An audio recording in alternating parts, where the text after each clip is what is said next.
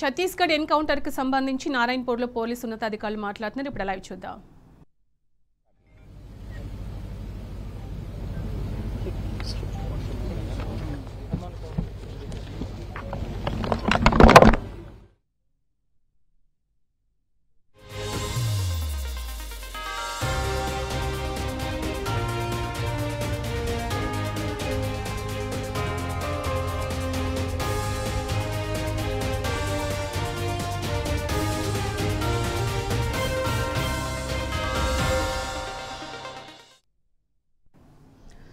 ఛత్తీస్గఢ్ ఎన్కౌంటర్లో చనిపోయిన 27 మంది మావోయిస్టుల మృతదేహాలు నారాయణపూర్కు తరలించారు. ఆర్మీ హెలికాప్టర్లో మృతదేహాలను నారాయణపూర్కు చేర్చారు. పోస్టుమార్టం తర్వాత మృతదేహాలను కుటుంబ సభ్యులకు అప్పగించే అవకాశం ఉంది. ఈ ఎన్కౌంటర్లో మావోయిస్టు పార్టీ జాతీయ కార్యదర్శి నంబాల కేశవరావు మృతి చెందారు.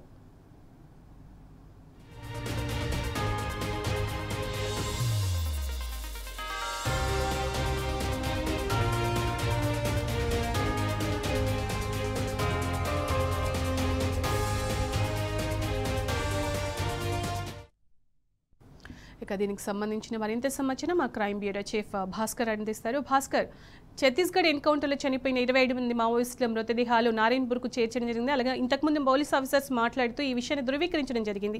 ఇది ఒక విజయం లాగా వాళ్ళు చెప్పడం జరిగింది. అప్డేట్స్ ఏంటి దీనికి సంబంధించి? సిఆర్పీఎఫ్ కు సంబంధించినటువంటి ఐజీ కొద్దిసేపు క్రితం నారాయణపూర్ లో మీడియాతో మాట్లాడుతూ నంబాల కేశవరావుతో పాటు ఇతర 27 మంది మృతదేహాలను వాళ్ళ బంధువులకు అప్పచెప్పాం. అక్కడ స్వాధీనం చేసుకున్నటువంటి వెపన్స్ తో పాటు వాటన్నింటినీ కూడా ఎంక్వైరీ చేస్తున్నామనేటువంటి కూడా చెప్పుకోవడం జరిగింది. నంబాల కేశవరావుకు సంబంధించినటువంటిది అధికారికంగా ధృవీకరించారు. బసవరాజు అలియాస్ నంబాల కేశవరావు ఆయన 1970లో మావోయిస్ట్ పార్టీ వ్యవహారంలో చురుగ్గా పాల్గొనేవారు. ఆ తర్వాత గణపతి తర్వాత ఆయన గణపతి రాజీనామా తర్వాత పార్టీకి సుప్రీం కమాండెంట్ బాధ్యతలు కూడా నిర్వర్తించారు.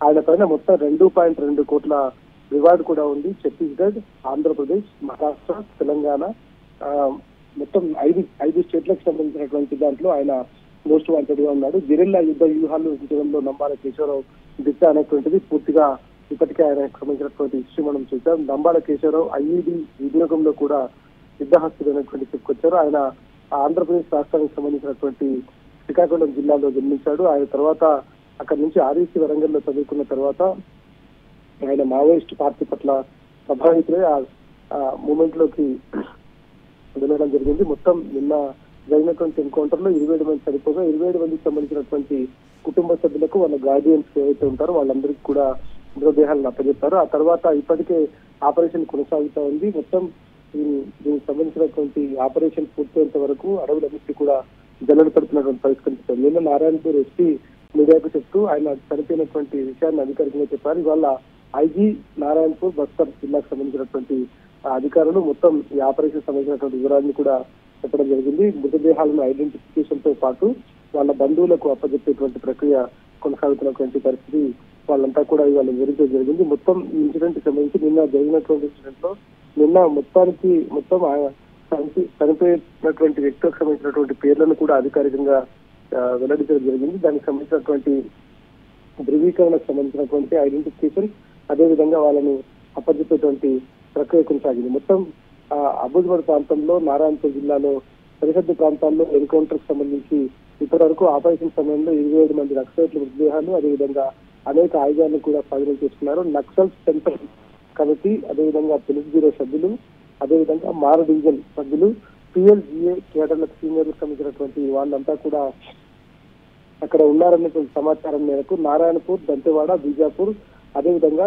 కొండగావుల నుండి డిఆర్జీ బృందాలు అబుజ్మద్ లో ఆపరేషన్ కోసం నిన్న ఉదయం నుంచి కూడా ఆపరేషన్ కొనసాగించాయి. గత కొన్ని రోజులుగా నిరంతరం జరుగుతున్నటువంటి ముఖ్యమైనటువంటి ఆపరేషన్ నుండి అందిన అన్ని వాస్తవాలు అదేవిధంగా సమాచారాన్ని పరిగణలోకి తీసుకున్న తర్వాత ఈ ఆపరేషన్ సమయంలో చాలా మంది సీనియర్లు కూడా ఉన్నారనేటువంటి వాళ్ళ సమాచారం మేరకు ఆపరేషన్ కొనసాగించాం. దాని తర్వాత మావోయిస్ట్ కేడర్ లో పెద్ద ఎత్తున ఉన్నటువంటి వాళ్ళందరూ కూడా చనిపోయారు, తీవ్రంగా గాయపడి ఉంటారనేటువంటిది ముందుగా అంచనా వేశారు. వాళ్ళ అంచనా ప్రకారం దాదాపు 27 మంది చనిపోగా మిగతా వాళ్ళు తప్పించుకున్నారు. భౌగోళిక పరిస్థితులు క్లిష్టంగా ఉన్నప్పటికీ అనేక సవాళ్లు ఉన్నప్పటికీ భద్రతా బలగాలు వామపక్ష తీవ్రవాదాన్ని వ్యతిరేకంగా ఈ నిర్ణయాన్ని తీసుకున్నటువంటి నేపథ్యంలో నిర్మాణాత్మకమైనటువంటి ఆపరేషన్ పూర్తి బాధ్యతతో దృఢ సంకల్పంతో ముందుకు తీసుకెళ్లారనేటువంటిది నిన్న ఎస్పీ నారాయణపూర్ ఒక ప్రెస్ నోట్ లో చెప్పడం జరిగింది. డిఆర్జీ బృందంలోని సభ్యుడైన ఒక సైనికుడు నక్సలైట్ దాడితో ధైర్యంగా పోరాడుతూ అమరుడయ్యారని కూడా చెప్పుకొచ్చారు. ఎన్కౌంటర్ లో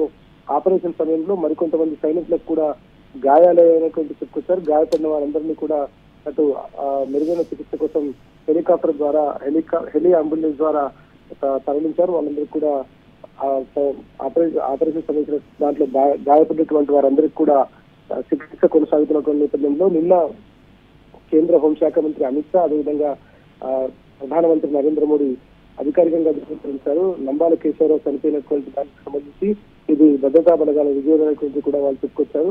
మొత్తం 27 మంది చనిపోయినటువంటి నేపథ్యంలో ప్రధాన కార్యదర్శి అంటే ఆ లెవెల్లో ఆ క్యాడర్ లో ఉన్నటువంటి వ్యక్తి చనిపోవడం మొదటిసారి అనేటువంటి కూడా నిన్న వాళ్ళు చెప్పుకొచ్చారు. దీంతో కొంత మావోయిస్ట్ పార్టీకి పెద్ద ఎదురుదెబ్బ తగిలింది. వాళ్ళ బ్యాక్ బోన్ విరిగిపోయేటువంటి పని ఏంటి అనేటువంటి కూడా అనేక వార్తలు వచ్చాయి. నంబాల కేశవరావు సంబంధించి వాళ్ళ సోదరుడు వాళ్ళ చిన్ననాటి మిత్రులకు సమాచారం అందించారు.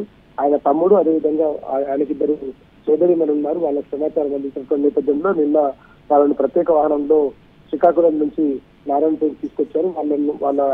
వాళ్లకు ప్రస్తుతానికి నంబాల కేశవరావు డెడ్ బాడీని అప్పచెప్తున్నటువంటి పరిస్థితి కనిపిస్తోంది.